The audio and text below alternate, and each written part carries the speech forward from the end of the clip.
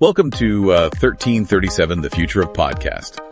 I'm Max, and today we're diving deep into a fascinating and sometimes unsettling topic, the rise of what some are calling controligarchs. I'm Sophia, and you can think of controligarchs as individuals who've gone beyond just amassing wealth.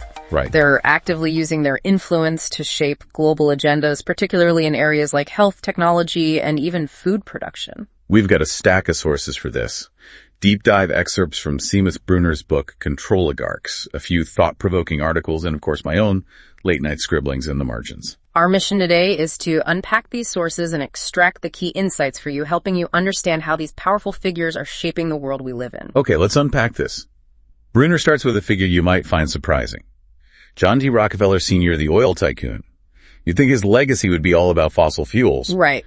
But he actually pivoted his family's focus toward global health, launching the Rockefeller Foundation in the early 1900s. Now, this wasn't just a simple act of charity. The Rockefellers saw the potential to influence populations through health initiatives.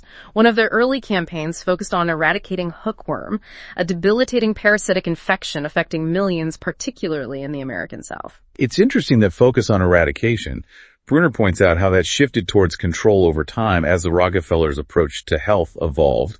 Think about the mass COVID-19 testing we saw recently. It makes you wonder if those strategies were truly about public health or if there were other motives at play. That's a great parallel, and it gets even more interesting when you consider the Rockefellers' involvement in the sexual revolution. They were major funders of the Kinsey reports published in the 1940s and 50s, Right. which drastically changed societal norms around sex. Wait, how does funding research about sex tie into controlling populations? It seems like a bit of a leap. Not necessarily. Remember, the Rockefellers were deeply interested in curbing population growth. The Kinsey reports, while groundbreaking in terms of scientific research, also helped pave the way for wider acceptance of contraception and even abortion. Okay, that makes sense. So they're shaping social norms and legal frameworks around sex, all while pushing for disease control. Is this all starting to sound a bit like a conspiracy theory? Well, it's important to remember that Bruner presents these facts without explicitly accusing the Rockefellers of malicious intent. He lets you, the reader, draw your own conclusions. But he does highlight how seemingly unrelated actions can actually be part of a larger strategy. Take, for example, the Model Penal Code, also funded by the Rockefellers. Now, the Model Penal Code might sound dry. Right. But this is where things get really interesting. This code advocated for sweeping legal changes related to sex offenses and even abortion influencing legislation in many states. Exactly. The Rockefellers weren't just funding research. They were actively shaping the legal landscape around issues directly related to population control. Now let's move on to a more recent figure who seems to be following in the Rockefellers' footsteps. Bill Gates. We all know him as the Microsoft mogul, but he's become a major player in global health, particularly when it comes to vaccines. And as you might have guessed, population control is a recurring theme in Gates's philanthropy as well. He stated that vaccines alongside birth control are his best investment, emphasizing their role in achieving sustainability and curbing population growth. It's fascinating how he uses the language of investment when talking about philanthropy. It's like he sees these initiatives is having a return beyond just saving lives. That's a keen observation. It raises questions about the motivations behind these seemingly altruistic endeavors. And speaking of questions, Bruner highlights a rather intriguing connection, Bill Gates and Jeffrey Epstein. Oh, this is where things get a bit murky. What does a convicted sex offender have to do with global health initiatives? Well, they shared an interest in science, particularly gene editing and disease-related projects. This connection, while not implying direct wrongdoing on Gates's part, certainly adds another layer of complexity to the story. It makes you wonder about the networks these individuals operate within and what their true goals might be. So we've got these powerful figures, these controligarchs, deeply involved in global health and population control. But their influence doesn't stop there. Bruner takes us into another fascinating area, the green energy transition. And you might be surprised to learn that the Rockefellers, the original oil dynasty, are actually pioneers in the push for green energy. Oh, we're the folks who made their fortune from fossil fuels are now championing the alternatives. That seems a bit counterintuitive. It might seem that way, but Bruner argues that this move is actually in line with their long-term strategies for control. Think about it. The push for green energy often involves policies that make traditional energy sources like oil and gas more expensive. This creates what's called a green premium. Okay, so what is a green premium and how does it benefit someone like a Rockefeller? Essentially, it means that consumers end up paying more for energy as we transition to renewable sources. This can benefit those who are heavily invested in green technologies, even if it creates a financial burden for the average person. Ah, so it's like they're profiting from both sides of the equation, the old energy sources and the new ones. Bruner gives some pretty striking examples of this, doesn't he? He does. One example he highlights is the Obama-Biden administration's massive investment in Solyndra, a solar panel company that ultimately went bankrupt. Turns out some of Solyndra's major investors were also big campaign donors. That sounds like a pretty big conflict of interest. Is Bruner suggesting that these green energy initiatives are more about lining pockets than saving the planet? He's not explicitly saying that, but he does raise some important questions about the motivations behind these initiatives. He points to a pattern of government subsidies and investments flowing towards green energy companies that often have ties to controligarchs. It's worth considering whether these moves are truly about environmental sustainability or if they're about securing profits and control over a vital resource. That's a thought-provoking point. And speaking of vital resources, Bruner also delves into the world of food production and how these controligarchs are influencing what ends up on our plates. He traces this back to the Rockefellers again and their involvement in what was called the Green Revolution. This movement aimed to increase food production through modern agricultural techniques, which sounds positive on the surface, however. Bruner argues that it led to the dominance of large corporate-controlled farms and the decline of small family farms. So instead of a diverse and resilient food system, we're ending up with a more centralized and potentially vulnerable one controlled by a handful of powerful entities. Exactly. And this trend continues with figures like Bill Gates, who has become a major player in the food game.